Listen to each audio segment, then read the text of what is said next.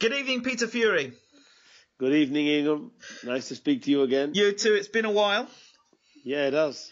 It has. But you know, the good thing when it's a while is there's plenty of things to catch up on. There's loads of things to find out, discover, and things to be confirmed, rumours to be shooken down, and the truth to come out. It's always good to talk to you because you always speak that truth. Yeah, exactly. Okay, if you can't speak the truth, don't speak at all. Okay, that's the point. So there's a lot of things to talk about. First and foremost, your health. Yeah. How are you? Health is great. I had a procedure just to check the arteries, which I had an angiogram. Okay. That's and everything was all good. I came out. It was all positive. It was clear. So very good news, and I'm 100% fit. So what triggered it off in the first place? Do you know? Yeah, I think it's hard to say. You know, I went in for a general checkup, and they put me on a treadmill test. Right.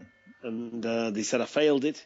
Ooh. Because, but at the time I had pleurisy of the lungs because with me training like Tyson and Huey, taking them on the pads.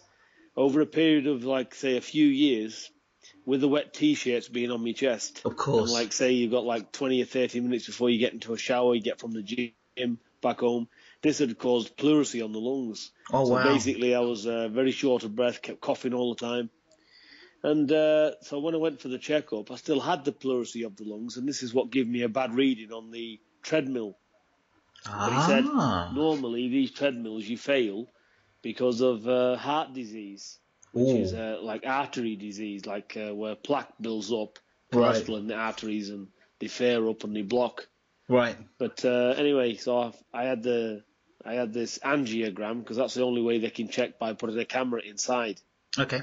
And then they put a dye through your system, and that's it. So I came out all clear, so there was nothing wrong with me. It was, in fact, the pleurisy of the lungs. Oh, wow. So does that change the way that you train in future in terms of the wet T-shirts, or is it something that you're just going to have to be more aware of, or what? I think it's just a case of being more aware of, and obviously, take dry clothes to the gym. So as soon as I finish training, you have to put dry clothes on. Just everything you've got to take care these days. We're not. I'm not 21. Of course. Okay, so it's good to hear that your health is well and good. And how are you coping now, obviously, because of the loss in your family? How has that been? How have you been dealing with or coping with that? I don't think you can ever cope with it. You've just got to be strong. Your faith has got to be strong, hasn't it? And yes. You just got to get on with it. And from grief comes to loving memories. Yes. And that's all you've got really. In I'm regularly in touch with his family. I spend a lot of time with his family, and that's it. You got to pull together as a family. A lot of people don't, but my belief is they should. Right. Okay. Well, it's good to hear that. It's obviously you are coping with that, and because there are people that are concerned, and some won't ask the question. They'll think it, but won't ask the question.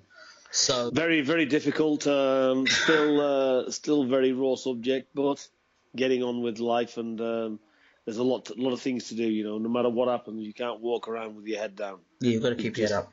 Got to get going. Absolutely. Okay, moving on. There is a huge elephant in the room I've got to ask. Now, I've heard a lot of things and I've seen a lot of things, but now I need to hear the truth from you. The rumour is September is this penciled-in date for a potential fight between Klitschko and Fury, and it's going to be at Wembley. What can you confirm or deny these rumours? Well, I've heard these rumours myself. Look, the latest is I spoke to Frank Warren. Yep. Spoke to Mick Hennessy. Yep. And basically, we're just waiting on. Frank Warren says he's in discussion with them, which that's what he says he is, so he is. Right. And we're just waiting on the outcome of it, so we've heard nothing as yet. Okay. I've been asked for a meeting with Frank, myself and Mick. Yep. But obviously I'm away. So for an update, so that's where we are. So as Okay. far as I'm concerned, I think Klitschko wants it. I know Tyson wants it. We all want it. So Yep.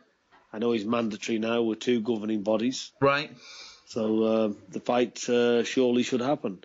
But whether it's signed on a dotted line or not, I don't think it is. Right. The other thing is, I'm hearing this from Klitschko's camp and particularly Jonathan Banks. They said the fight would either be September at the latest November. Yeah, it sounds about right. That's what all the talk is going on. That's what it's penciled in for. Right. For a Wembley open air stadium fight. That's it. So you're absolutely right. All that is what we're working to. That's what I'm hearing from. That's what I'm hearing in general from all parties. So right. that you've got the same info as me, but nothing, as far as I know, is finalised unless Frank Warren gives The green light. The green light and says we're done. And the date September 20th is the one that I keep hearing thrown around at the moment. Yeah, I've heard all kinds of dates. I've heard the 10th, I've heard the 20th. But for me, anything from mid-September to November, yep, like probably Jonathan Banks said, would be correct. Right. And what would be the basis of that thinking? Well, it's a big fight. It's a massive fight, and it needs a big build-up. Right. So there's a lot to do, and it is a very big fight. And Tyson's got to have the most seriousest camp he's ever had. Yes. Because he's fighting the most serious opponent he's ever faced, and the best opponent he's ever faced by far. And also saying that, Klitschko's never faced anyone like Tyson. Yes. So it works both ways. Yes. So it's interesting. It's very interesting, and we've been doing interviews for a long time, and the one of the common misconceptions could be that, oh, you're Team Fury, so you're not going to go in and ask Peter the questions that need to be asked. And I said, no, that's not quite true. I mean, I do have a very healthy respect for Team Fury, and they're a very respectful team, a very professional outfit, and I think you can only admire and step back and admire what they're doing. I mean, but there are questions from my life I've got to ask, and there are questions I'm sure the fans would want answers. Yeah, sure. You can ask whatever questions you like. You're never going to get silence. I will give you an answer. Okay. The answer on the Klitschko matter is still ongoing. Well, the first question would be your PIN number and your bank account number. That would be very nice. We can start with that. Well, I've got a very bad memory on that one. Okay. And you'd be very disappointed. My journalistic spider sense tells me different, but we'll see. Yeah. We'll see. Okay.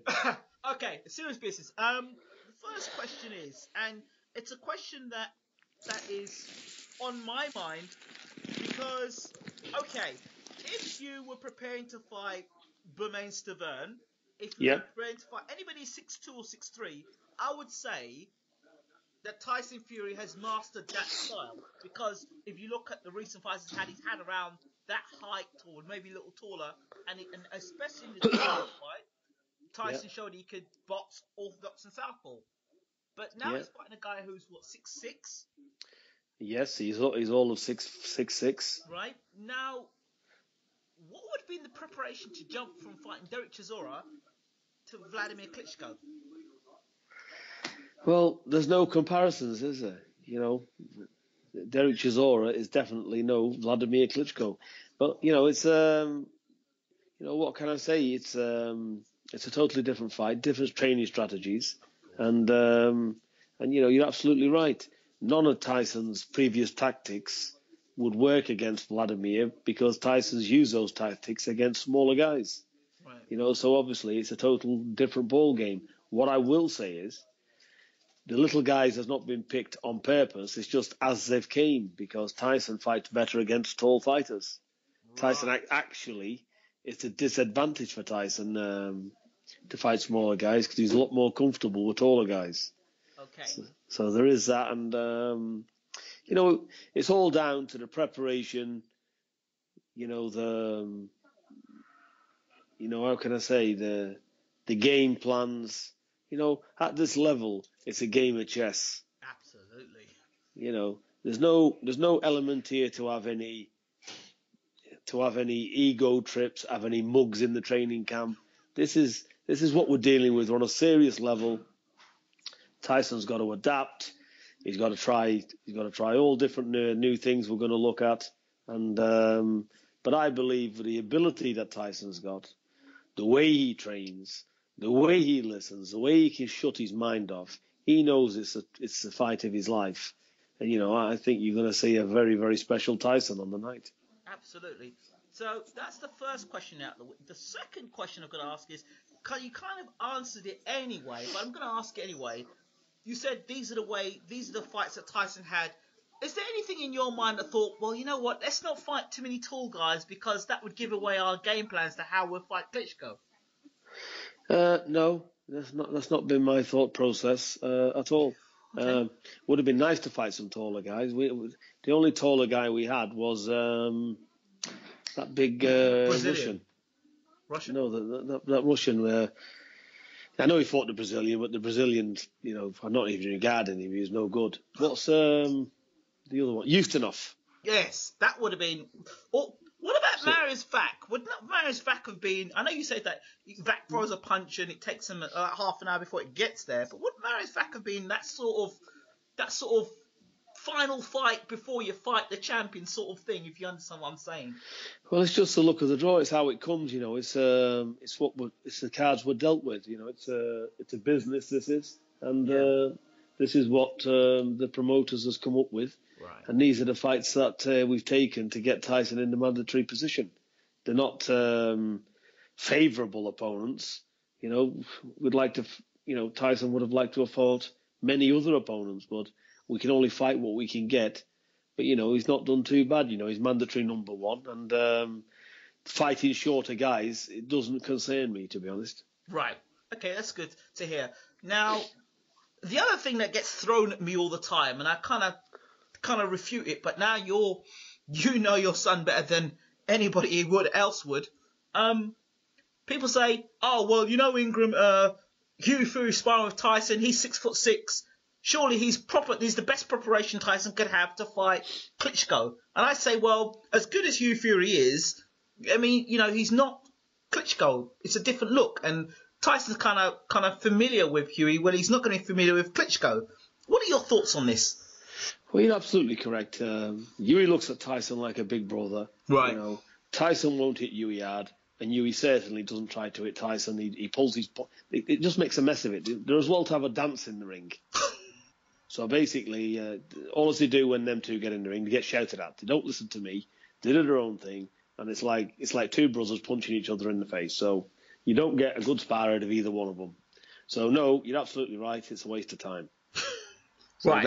There's the answer to that. It's a fruitless position, and they don't spar. They used to do as Hughie was coming up. Yeah. But now like Hughie's, I just see it's just a waste of time. Really, they can't spar. Right. Open spar with each other. Right. It's not going to happen. Okay. Some of these questions I'm going to throw at you, you may sense they're not quite my questions being thrown at you. They're just sort of questions that come through the fans, the faceless fans. Yeah, exactly. So these are all questions they want to ask, and I'm happy to answer them. Okay. Next question is, and this is something that I kind of, in my fantasy world, David Price as a sparring partner to prepare for Vladimir Klitschko. In terms of the fact that he's tall, he's long, he punches damn hard, former Olympic medalist, not a gold medalist, of course, and potentially to have the similar sort of mental makeup. Your thoughts? Yeah, David Price would be very good, and we've got a list of about 10 sparring partners. Yeah. I know Mick Hennessy is going to be contacting them very soon. I'm actually on the phone to Mick later on in the week. Right.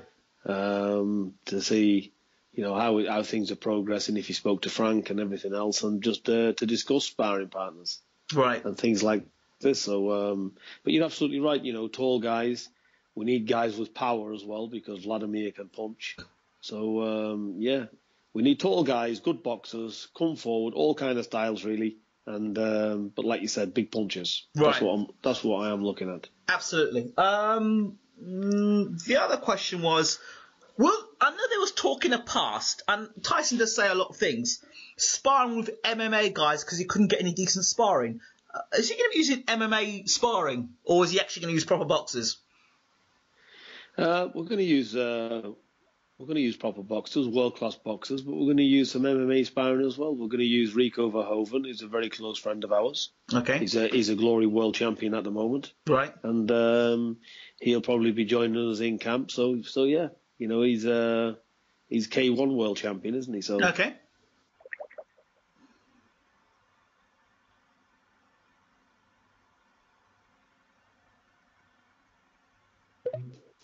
Okay. Hello. Yeah, still here. Cool. Yeah. Okay. Next question. Will you be employing anybody from the WWE? WWE. Yeah, what wrestling. is that? Because Vladimir's had a habit of wrestling and grappling and holding, and just wondered maybe you'd use that in your sparring technique as well, because you're dealing with a guy that likes to do a lot of holding.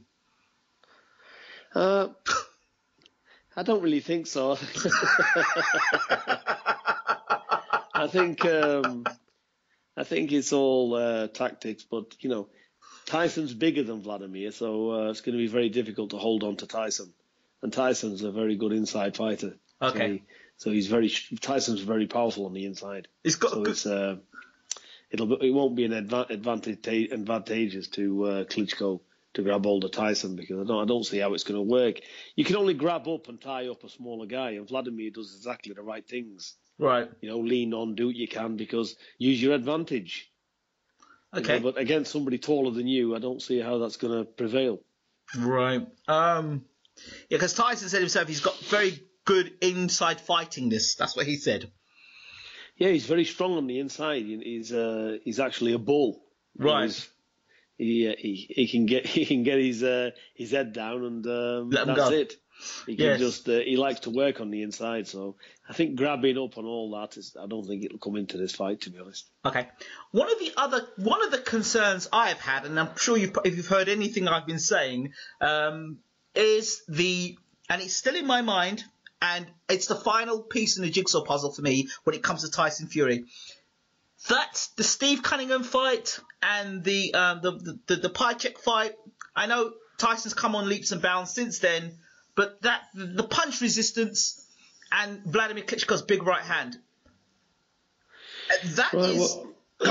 Yeah, I take on board what you're saying, but when you've got no regard for the other opponent, right, and you walk straight in with your hands down, yeah, what do you expect? And, to get taught a lesson. You see, look, Tyson's a very big man, but he's had to mature mentally as well as physically. Right. So basically, he's grown up. He's a married man now. He's got children. There's a lot of water that's gone under the bridge since these type of fights. Right. So he has now turned into a world-class fighter, and he realizes more than anyone, you can't walk into nothing, because this is professional boxing, and any man at that kind of weight, you take them shots full on, you go in one way. So basically, you have to protect yourself at all times. Boxing is an art. You can't walk into anything. But all the power, all heavyweights has got power. Right. Now, it's all about making the mistake, but Tyson's managed to get up and he's gone on about his business. He's made crucial errors, which, albeit probably against somebody like Klitschko, he wouldn't have got away with it. But that's a different story. That's back then, and here we are today. Tyson deserves his spot where he is. Absolutely. And, look, that's reversed the roles. When Vladimir got caught, he never recovered, did he? No, he didn't. It was all over. So as for questioning anybody's chin, I don't think it's an issue for Tyson, because he does get it. He gets it in sparring, and he's more than capable of taking as good a shot as anyone in the business. So, and I think he'll prove that when he fights. Because that is the final, for me, that's the final piece in the jigsaw. If he takes Vladimir's best shot, can absorb it, get inside and let his own shots go and hurt Vladimir, You know, we're looking at the next heavyweight champion of the world. Well, you've got youth against experience. Yes. And Tyson, he's 24 fights now. Yeah. He's, he's ready. He's ready. The timing, it's all about timing, and he's ready for this fight. It's not a foregone conclusion. Vladimir Klitschko's, I can just look at opponents and say, right, we'll do this game plan for him, and that's it. With Vladimir Klitschko, I've got to really sit down and really look how we're going to go about it. And there'll be some serious discussions going on about it. So it's not a walk in the park. He's not 12 years, 11 years undisputed champion for nothing. He's lost emphatically, come back from those defeats. He's done amazing things. He is an amazing champion. So he's going to be treated with that much respect. So we know what we've got in front of us. But I do believe 100% Tyson, not 99, 100% Tyson will be enough to get the job done. Right. He needs to be 100%. 99. Yes, he does. 99 won't cut it. Right. Serious discussions. I mean, Vladimir's... It seems the impression Vladimir's got or is giving off is like, you know what? And a lot of people are saying it. Vladimir doesn't seem to see Tyson Fury as any sort of threat. And I'm kind of thinking to myself, well, hold on a second. If that's the case, then this fight surely could have been made sooner. Or was it a case of this is the right time for the fight? I think I'm going to mention a quote Vladimir said in the build-up to the Jennings fight. Yeah. And he said, I think he discussed Tyson. And he went, it's just down to the two fighters. You can have all the team, you can have the backup, but ultimately it's down to me and him in the ring. Now, you can say that because that's exactly the case. It's between him and between him and Tyson. So that fight, when it happens, he can't really say that because words mean nothing. Right. I've listened to fighters talk. I've seen them talk. I've seen them get in the ring. They do totally the opposite. Look, words mean very, very little. So that's what we're dealing with. Once that bell goes, words mean minute. So we've seen it time and time again in the past.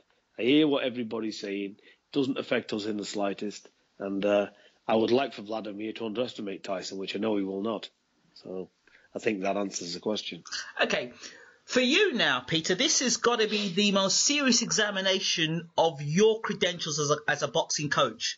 Because so far, you've done everything with flying colours. This has got to be the microscope on you now, truly. Well, I don't look at it like that. Ultimately, I believe we will find the solution. Everybody's beatable. The only person who's not beatable is God. So basically, this is the way I see it. And right. I think it's all about the confidence, having the confidence in the ability and the confidence that you do. You work to your game plans, and basically you just fine tune everything. And I think on the night it's not about failing. I've got no pressure at all. I don't have pressure like that. Right. Some people's different. Right. But I'll be happy when Tyson is 100%, and I'll know when that time is. Right. And he's got faith in me to know that I do know that. So that's it. We just do what we do, and that's it. We can only do our best. Do you think by chopping trees and swimming that you're going to be able to get the power to knock Klitschko out?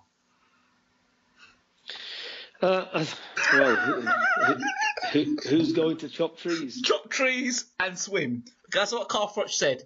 That's what gave him the power to knock out George Groves. So I was wondering if you guys are going to take the same approach of chopping trees and swimming.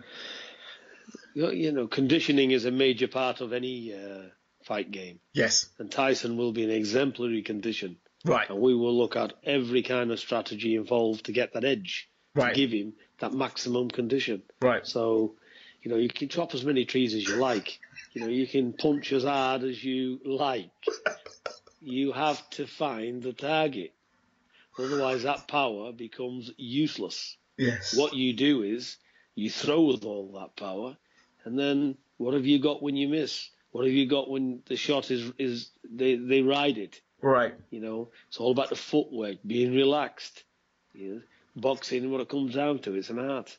It's not a strongman competition. Absolutely. You can only keep banging out mediocre fighters. When you're up on a world stage, it doesn't happen so easy. Perfect example, Wilder Stavern. Yes. So his power, although he's a big puncher, Wilder, that's not in doubt. It still didn't have the desired effect what it's had on all the previous opponents. Yes. Because he stepped up to world level. So totally different ball game. So as far as chopping trees down and all this, I've got a few trees in my garden actually. So we'll consider doing some of them. Oh dear. Okay, the other thing, which is of a big concern, is the press conference, the potential press conference between Tyson Fury and Vladimir Klitschko. Everybody that I know talks about that press conference because they think it's going to be very exciting because Tyson is an entertaining character. How much of the British Boxing Board of Control and the various sort of previous encounters with them, with Tyson, is going to affect this particular press conference? Well, that's a good question. Because I don't know. Tyson's going to do his own thing. Look, Tyson comes into camp, he does his training, he listens to his instructions. Ultimately, he's got to carry him out. Ultimately, he's a man in there that's got to go and win the world title. Right. Where, I'm going to assist and do all I can, just the same as any other team. Right. You need a good team behind every fighter. That's period. We know that. Yeah. As far as Tyson's personality and everything he's going to do, he will just do whatever he's going to do, regardless of the boxing board or whoever. I see it as being a very entertaining press conference, one that I wouldn't like to miss. Absolutely, because I thought, people kind of got the anticlimax when they expected to see Mayweather-Pacquiao, and Mayweather maybe is going to say something controversial, and we didn't get any of that. And I kind of feel that because of Tyson's past with the British Boxing Board of Control, that he may not come out with the usual one-liners, cracking one-liners that we normally get from Tyson in this fight. Yeah, I think he will. Matter of fact, I know he will. There's your answer to that. Well, looking forward to that. Okay, moving away from Klitschko Fury, let's talk about the other Fury. Let's talk about Hughie Fury a second. Yeah. Now, I've heard, again, I keep hearing stories. I heard a story that you had lined up Manuel Shah. Manuel Shah then got beat by some guy that Lennox Lewis was training Shah. He got beat on points by somebody. Then he went and fought, what's the guy's name now? New Zealand, the short, squat, left hooker. Oh, yeah, Leopai. Leopai, right. Fought Leopai. He beat Leopai, I understand. So is that still on the cards? Yeah, very much so. We hope he'll take that fight because he's got enough time to recover. Right. And if he wants that fight, I know Mick Hennessy, he knows that Manuel Chai knows Mick Hennessy. They've spoken in the past. Right. I think Mick has his number, so I'm sure they're dealing with it. So if Manuel Chai wants that fight, he will be fighting Hughie mid to the end of July. So I know it's paramount that Mick's going to offer him the fight. So if it's not Manuel Shah, then what sort of fight are we potentially looking at if you don't get Manuel Shah? Well, we've offered Mark Demori. I personally spoke to Mark Demori because he wasn't answering none of Hennessy's calls or their team to get in touch with him. Right. He did respond to me. We made him an offer. Right. And he came back the next day and he said his team is not interested in it. So basically, obviously, he's priced himself out of the fight, so that's not happening. Didn't think that would happen. No. So we've got... so he's off the radar completely. Who else? And I just said to Mick, I said, Ustinov or Areola. Yeah, I heard the Areola. Try both of them. I heard the Areola story as well. When you look at Areola, do you look at him as still a top 10 fighter or someone who's a faded force? No, I don't. They're all serious tests for Hughie. Right. So it's a serious test that I want him to fight. I don't make statements going back over the months, and then when it comes to D-Day, he fights a stiff. So basically, or a sausage. So basically, what we're looking at is good fights for Yui. He's had a good fight with Rudenko, 9 months out of illness. Yeah. So he's going to put all the other heavyweights to shame. And I mean, he's going to embarrass them, because Yui's going to fight at least 9 top contender fights before he even ventures for a world title. Because with Yui, it's not about the money, it's not about the ratings, it's about getting there and being the best and learning his trade properly. Absolutely. Not having a heart attack. Oh, I could get beat. Oh, this, oh, that. You're looking at a young man who is a fighting man to his boots. Right. And with me being his dad, that's it. We're both of the same character, both same mindset. That's the route he's going. So that's where we are. If Yui's going to be the real deal, we will see, because he'll have to be able to fight to deal with the opponents he's going to be facing. Do you come from the same mindset as of Chris Eubank Sr., where he basically, I said to a lot of people, nobody believed me, I said Chris Eubank Sr. would turn his back and watch his son take him hiding to know his son was real McCoy, and then stick him in the ring afterwards. You've got the same mindset that you would watch your son take a hiding and then say, you know what, I know he's ready. Look, it's a pleasure to get an hiding. Look, he's a fighting man, isn't he? Look, if he's getting it and he's coming unstuck, he's doing his job wrong. He's got to give that person respect and think, right, and now I've opened my eyes. But I don't see anybody out there giving him a hiding, to be honest. I think he has exceptional talent, and I think he'll make easy work of a lot of so-called big names who think he'll be a walk in the park. So again, this is what we're up against, because world class stands out. And when they come to deal with it, this is what happens. So it's going to be interesting. Okay. You talked about the Ustinov fight. Yeah. So if he goes on to beat Ustinov, then that puts Huey in quite a lofty position, correct? Well, I suppose, yeah. But then you can't kind of look back now. You've got to keep going forward. So the tests are going to get stronger and stronger and stronger. He'll fight all top contenders, whoever's there. Okay. If the money's right, it doesn't matter to us about a world title. Tyson, God willing, will have the world title. So Huey, he's happy to just keep fighting. So that's what'll happen. He's a young man. He's only 20 years of age. And there's no rush. He isn't being rushed. He's ready. And he's ready to take on these type of opponents. Right. Okay. That's fair play. Let's talk a little bit about Kevin Kingpin Johnson. Now, he's got a fight coming up against Anthonyjoshua, as I'm sure you know and aware of. Yeah. See, I want to hear what you think about this, but I made a statement yesterday. I said that Kevin Johnson is an entertainer in a boxer's body. I think he's... Yeah. I think Kevin Johnson loves the media. He loves the attention. He loves the cameras and the lights. But it seems to be when the lights go down and he's in a ring, he suddenly gets hit. Or he gets a whiff of a punch going past him. And he realizes, whoops, I'm meant to be a boxer now. It's real. And he seems to go into a shell.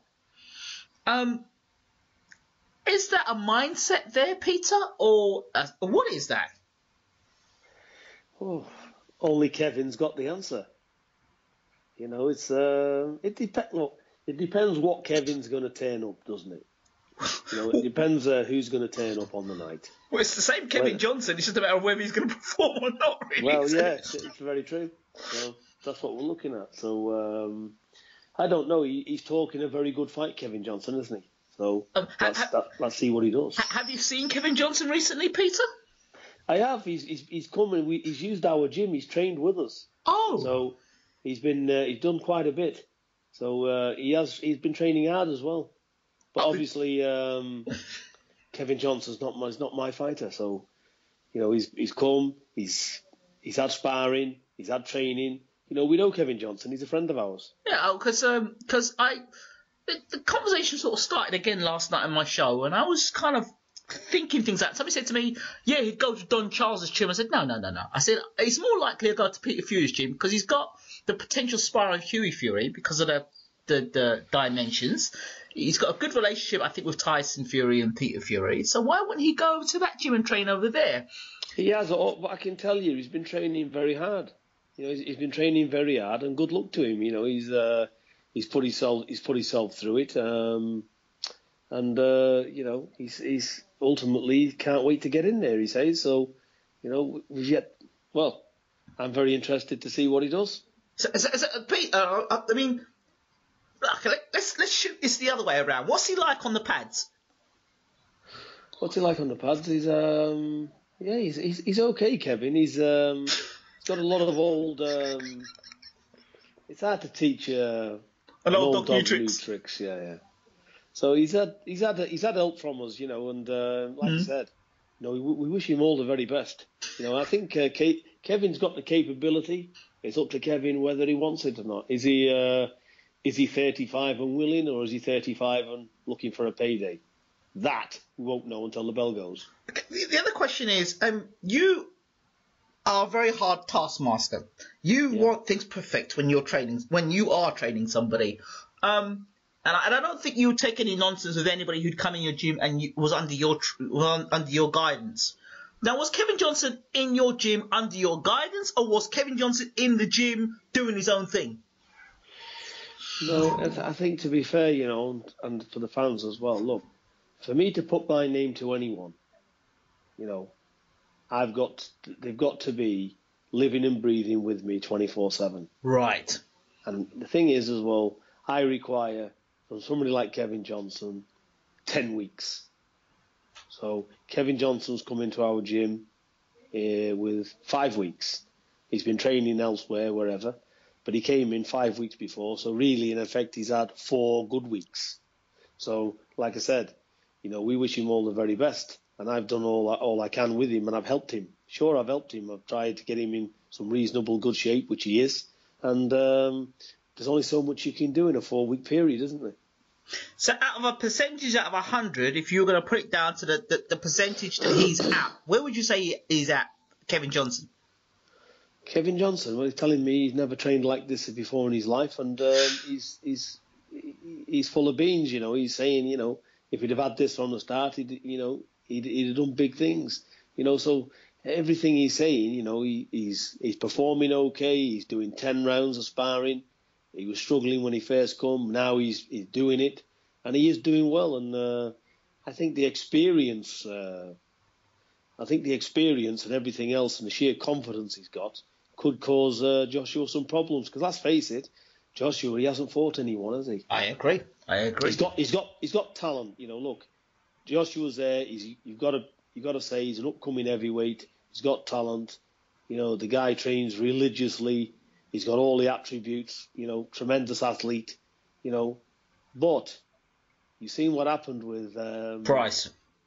With Price and Thompson. Well, Thompson came in with a girth around his stomach. And just looked all of his years. And look what happened. And Kevin Johnson, the Kevin Johnson that's coming into this fight is equally as good, if not in better shape than what's his name again, Thompson. But okay, so Kevin Johnson is in good shape. That's true, Peter. But when I kind of broke this fight down, I looked at the form guide. Thompson was, I think, ranked number 2 in the world, or he was in the top 5, and he'd come off a loss to Vladimir Klitschko, so he was ranked in the top 3 or 4 in terms of best heavyweights. I agree with you. Thompson, you're absolutely right what you're saying. Kevin Johnson I think he's lost 6 in a row, hasn't he? Yes, exactly. And Thompson was knocking people out and he was beating everybody else around him, bar Vladimir Klitschko. Vladimir Klitschko was like his bogeyman. Johnson, on the other hand, has got beat by Manuel Shah. He's been beat by Hamer. He's been beat by Hammer. He's been beaten by Chisora. He got beat by Tyson Fury. He's been beaten by a few guys. I mean, so the mentality is the concern there. It is, and I agree with you. So, like I said, for me, let's see what he does. So that's all we can do. He's had help from me as on a friendship basis. Okay. So there's no hidden agendas here. He isn't paying me anything. There's nothing like this going on. He's not contracted to me. He's been done. He's come to my gym. He's asked to come. He's been invited. There's not a problem. So, and the only reason for that is because we like Kevin. He's a nice guy, and he's a real pro old school fighter. So it just depends what Kevin's going to turn up on the night. But you are a student of the game, and that you appreciate skills, boxing skills. Hence the Eddie Chambers situation. Could we see a similar thing if Kevin Johnson were to pull the upset off against Joshua? Would you take him in your camp? He's always welcome, even if he loses. There's not a problem. He helps us with sparring, so right. He's always welcome in the gym. Right. I wish Kevin all the very, very best. I hope he puts up a good fight. Yeah. I'd like to see. Listen, I'd like to see him win it. So he's a good character, but he's only going to win it. It's like you just said. It's in the mind. Yes. Physically, he's able. Yes. Physically, he's able. He's got the talent. It's if he wants it. Now he's talking all the right stuff. As always. All the right stuff as always. So let's see what he does. Okay. That's all I can really say. What's going to happen on the night is going to happen. That sounds good. The other thing I wanted to ask you is about the shape of a boxer. Now, as a fan, and I use the word fan loosely here, the shaping of a boxer, bodybuilders don't win world heavyweight championships, do they? No, they don't. Now, I'm a bit concerned about the bodybuilding frame of Anthonyjoshua in terms of stamina, lactic acid building up in muscles, and the whole Frank Bruno sort of situation there.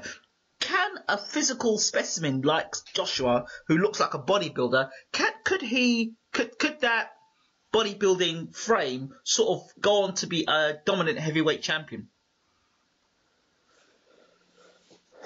Because I haven't seen in the history of heavyweight boxing, I haven't seen a dominant heavyweight champion with muscles like that.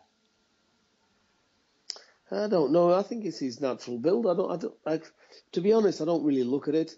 I look at it's what they can do, the movements, and everything else. I can't judge Joshua. He's beat everybody he's faced, but he hasn't fought anyone. So basically, so what can I say about him? There's nothing I can say. He's a good prospect. He's going in the right direction. Everybody's rooting him as the next big coming. So, it's a good thing. Is he going to be a big coming? I don't know. There's nothing I'm seeing that stands out to me like he's going to be a super champion. I don't see anything, but it's too early. I see sometimes he has good performances, sometimes he doesn't. It's the same with any fighter on the way up. It's how they perform on the night. Styles make fights. So I can't. The jury's out with him. I can't really say. He's never been hit yet either. So yes. You just don't know, do you? You don't. Who has he fought? Please tell me that's really of any credit. He's fought some good names, but grandfathers. What can I say to you? He hasn't fought live opponents. So it's a bit. Even Kevin. Kevin is the most difficult opponent he's faced. Yeah. Kevin's trained for this fight, and if Kevin's up for it, he'll make a night of it. Kevin's got every potential to take Joshua to school. But it's like you said, it's all about the mind, and I don't know what's in his mind. He's doing all the right things, saying all the right things. He's trained hard. Like I said, he's had a solid 4 weeks, and he's trained 2 or 3 times a day, and he's done all that's been asked of him.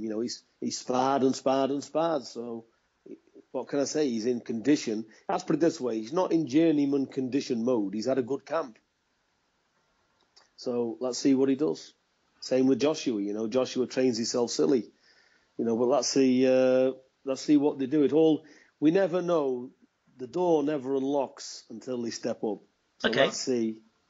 Let's just see.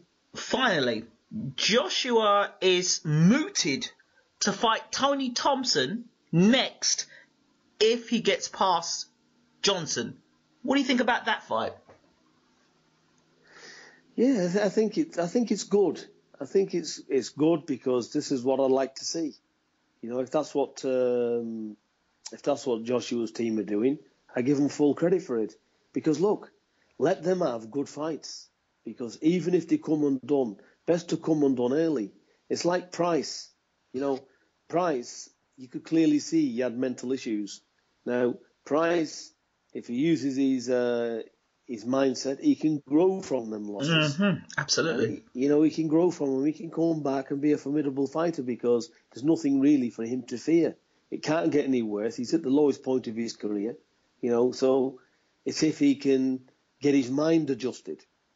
So the big problem is when people's mooted to be the best thing since sliced bread, and all of a sudden when they do come down with a bang, it's mentally shocking for them as well. It's not just a loss; it's everything else that goes with it, the loss of fan base and everything else. There's a lot of pressure, isn't there? Yeah, it is. So basically, fighters, this is why they need to fight in good fights. Everybody, they're looking to take the Wilder route. Yeah. It's not healthy. Wilder, in my opinion, has had one good fight in his whole career.